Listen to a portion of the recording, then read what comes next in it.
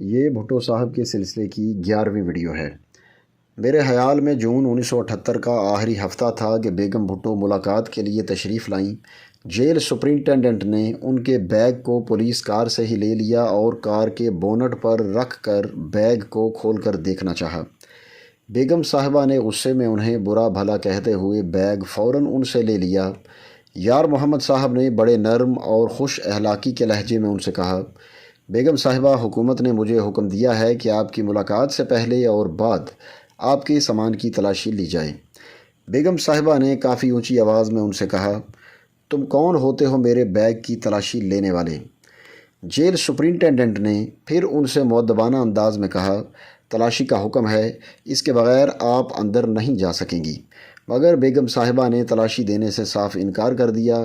اس پر superintendent, میں اور special police inspector superintendent کے دفتر میں چلے گئے، حالانکہ حکم قطعی، صاف اور بالکل واضح مل چکا تھا، لیکن پھر بھی ہم نے حکام بالا کو اس صورتحال سے آگاہ کیا۔ انہوں نے دوبارہ حکم دیا کہ اگر بیگم بھٹو اپنے سامان کی تلاشی نہ دینے پر بضد ہیں تو وہ بھٹو صاحب سے نہیں ملیں گی، ان کو واپس کراچی بھیج دیا جائے۔ سپرنٹینڈنٹ پولیس نے جو بیگم بھٹو کو کراچی سے اپنے ساتھ لایا تھا، ایس پی راولپنڈی سے ٹیلی فون پر بات کی کہ بیگم بھٹو کی ملاقات نہیں ہو رہی اور کراچی واپسی کی فلائٹ میں ابھی کافی وقت ہے، انہیں کہاں لے جایا جائے۔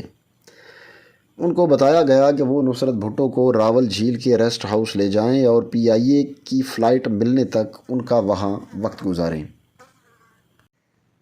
اس کے بعد چودھری یار محمد نے بیگم بھٹو کو بتایا کہ حکومت نے ان کی ملاقات کی اجازت نہیں دی اور وہ واپس جا سکتی ہیں۔ بیگم بھٹو اور بھی غصے میں آ گئیں اور انہوں نے جیل سپرنٹینڈنٹ کو کافی برا بھلا کہا۔ چونکہ سپرنٹینڈنٹ کے لیے ان کے ماتحتوں کے سامنے سخت الفاظ کہے گئے تھے، اس لیے وہ بھی کچھ غصے میں آ گئے۔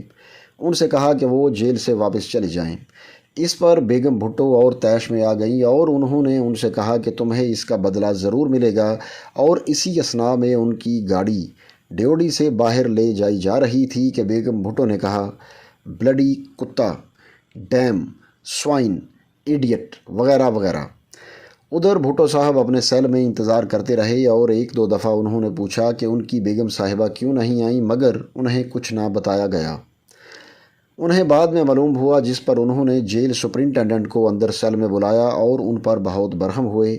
انہوں نے یار محمد صاحب کو بتایا کہ ان کی بیگم کے ساتھ اس قسم کا سلوک کرنے کی کسی کو جرأت نہیں ہو سکتی اور اس سے اس کا بدلہ لیا جائے گا۔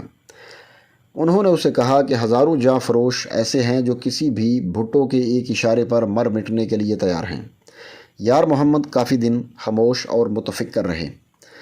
اس واقعہ کے کافی دنوں بعد بھٹو صاحب نے مجھ سے بھی اس کا ذکر کیا تھا اور آخرکار بتایا کہ سپرنٹینڈنٹ نے معمول کے مطابق سارا الزام بیچارے کرنل کے سر تھوپ دیا تھا کہ اسے کرنل نے تمام احکامات دیے تھے۔ میں نے اس موقع پر انہیں سارا قصہ صحیح بتا دیا تھا، جس پر انہوں نے اپنی قدردانی کا اظہار کیا، لیکن ساتھ ساتھ یہ بھی کہا، رفیع، آپ کے جرنیل کتنی حقیر، ذلیل اور کمینی حرکتوں پر اتر آئے ہیں۔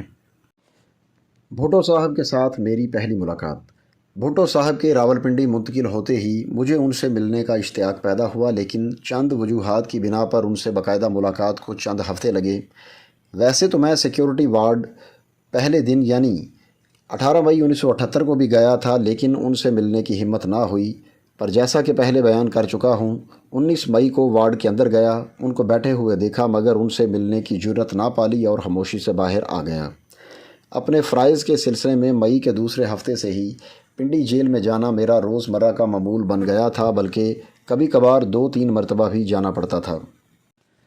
بھٹو صاحب کے آ جانے کے بعد تو دن کا زیادہ وقت میں یا تو جیل سپرنٹینڈنٹ کے دفتر میں یا جیل کے شمالی احاطے میں، جہاں میری بٹالین بمے دفاتر منتقل ہو چکی تھی، گزارتا تھا۔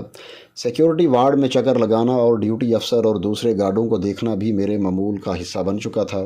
میں عموماً عام قسم کی بوشرٹ اور پتلون میں ملبوس رہا کرتا تھا۔ میں نے چند جوڑے کپڑوں کے ڈیوٹی افسر کے کمروں میں ہی لٹکا کر رکھے تھے تاکہ موقع محل کے مطابق فوراً لباس تبدیل کر سکوں، تاکہ بھٹو صاحب سے ملنے والے وکلاء اور ان کے رشتہ دار مجھے جیل کا ایک ماتحت افسر ہی سمجھیں، لیکن وکلاء تو جلد ہی پہچاننے لگ گئے، البتہ بیگم بھٹو صاحبہ اور مس بینظیر صاحبہ نے مجھے پہچاننے میں کافی وقت لیا۔ پہلے چند ہفتوں کے دوران جب تک میں بھٹو صاحب سے نہ ملا تھا اور مارشل لاء اتھارٹی کے احکام کا بڑی سختی سے اطلاق کیا جا رہا تھا، اور شاید جب بھی بھٹو صاحب نے اعتراض کیا تو جیل کے حکام نے تمام الزام کرنل انچارج کے سر تھوپ دیا۔ بھٹو صاحب، ان کے فیملی ممبر یا ان کے وکلاء نے ظاہر ہے کرنل انچارج کو ہی تمام سختیوں کا ذمہ دار ٹھہرایا۔ ادھر میں بھٹو صاحب سے ملاقات کا موقع ڈھونڈ رہا تھا۔ میں ان سے سیل کے اندر ملنے کے بجائے باہر کورٹ یارڈ میں ملنا چاہتا تھا تاکہ کھل کر بات چیت کر سکوں۔ بھٹو صاحب کو پھانسی کے سزا یافتہ مجرموں کی طرح آدھا گھنٹہ صبح اور آدھا گھنٹہ شام سیل سے باہر نہلائی کی اجازت تھی۔ وہ صبح بہت دیر سے اٹھتے تھے اور جون جولائی میں صبح 10 بجے کے بعد کافی گرمی ہو جاتی تھی، اس لیے وہ صبح کی نہلائی نہیں کیا کرتے تھے اور صرف شام کو ہی باہر کورٹ یارڈ میں نکل کر بیٹھتے اور چائے وغیرہ نوش کیا کرتے۔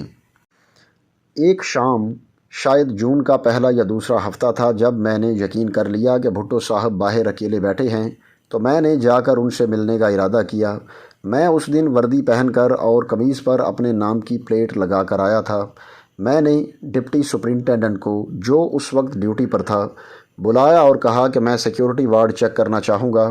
انہوں نے باہر کانٹے دار تاروں والے جنگلے کے گیٹ کا تالا کھولا اور پھر سیکیورٹی وارڈ کے کورٹ یارڈ کا تالا کھولا، اور چونکہ بھٹو صاحب باہر ہی بیٹھے تھے، ڈپٹی کو وہیں چھوڑ کر اندر چلا گیا۔ دروازے کے پردے کی دیوار کے پیچھے بھٹو صاحب ایک عام کرسی پر بیٹھے تھے۔ وہ مجھے اچانک دیکھ کر اچنبھے میں پڑ گئے۔ میں ان سے 3 یا 4 گز کے فاصلے پر تھا اور ان کے چہرے کے تاثرات تک دیکھ سکتا تھا۔ جو ہی انہوں نے مجھے دیکھا، ان کے چہرے پر کچھ لالی نمودار ہوئی اور کچھ غصے کے آثار نظر آئے، حتیٰ کہ ان کی آنکھوں کے نیچے اور گالوں کے اوپر والا چمڑا چند مرتبہ پھڑکا اور مجھے ایسا محسوس ہوا کہ میں نے مصیبت مول لے لی ہے۔ بہرحال میں نے ان کے سامنے ہوتے ہی فوجی طریقہ سے باادب سلام کیا۔ فوراً ان کے چہرے سے ان کی طبیعت کا کچھ ہلکا پن محسوس ہوا، لیکن وہ پھر بھی متعجب رہے۔ انہوں نے دایاں ہاتھ بڑھاتے ہوئے مجھ سے مصافحہ کیا اور کہنے لگے، آپ بیٹھنا پسند کریں گے؟ انہوں نے مشقتی کو آواز دی کہ کرسی لاؤ۔ بھٹو صاحب کو ایک قیدی ان کی خدمت کے لیے دے دیا گیا تھا۔ میں بھٹو صاحب کے نزدیک کرسی پر بیٹھ گیا۔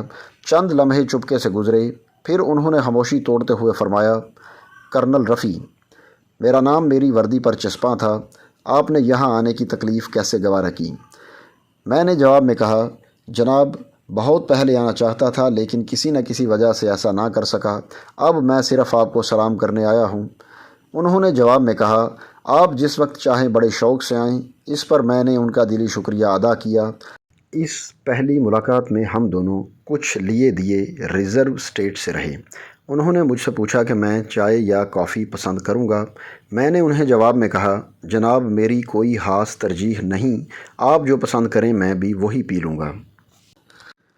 چونکہ میرے آنے سے پیشتر انہوں نے مشقتی کو چائے کے لیے کہا تھا، اس لیے انہوں نے اسے آواز دی کہ میرے لیے بھی چائے لائے۔ ہم نے چائے تقریباً خاموشی سے نوش کی۔ میں نے جان بوجھ کر ان سے کسی خدمت کا نہ پوچھا، کیونکہ مجھے ڈر تھا کہ اگر انہوں نے کسی کام کے لیے کہہ دیا اور وہ میرے اختیار میں نہ ہوا تو پھر کیا ہوگا۔ ایک زیرک اور عقل مند انسان ہونے کی وجہ سے بھٹو صاحب نے بھی اس قصے کو چھیڑا تک نہیں۔ چائے کے بعد اجازت لینے سے پہلے میں نے ان سے کہا کہ شاید آپ کو مجھ سے کچھ شکایات ہوں گی، لیکن انہوں نے فوراً کہا کہ نہیں، کوئی خاص نہیں ہے۔ میں نے ان سے جانے کے لیے اجازت چاہی اور اٹھ کر ان کو فوجی طریقے سے سلام کیا۔ وہ بھی اٹھ کھڑے ہوئے اور مجھ سے مصافحہ کیا اور کہنے لگے، کرنل رفیع، کبھی کبھار ضرور چکر لگا لیا کرو۔ میں نے جواب میں کہا، جناب، میں ضرور حاضر ہوتا رہوں گا، اور پھر سیکیورٹی وارڈ سے باہر آ گیا۔ مجھے بھٹو صاحب سے ملاقات کے متعلق کوئی خاص ہدایات نہ تھیں۔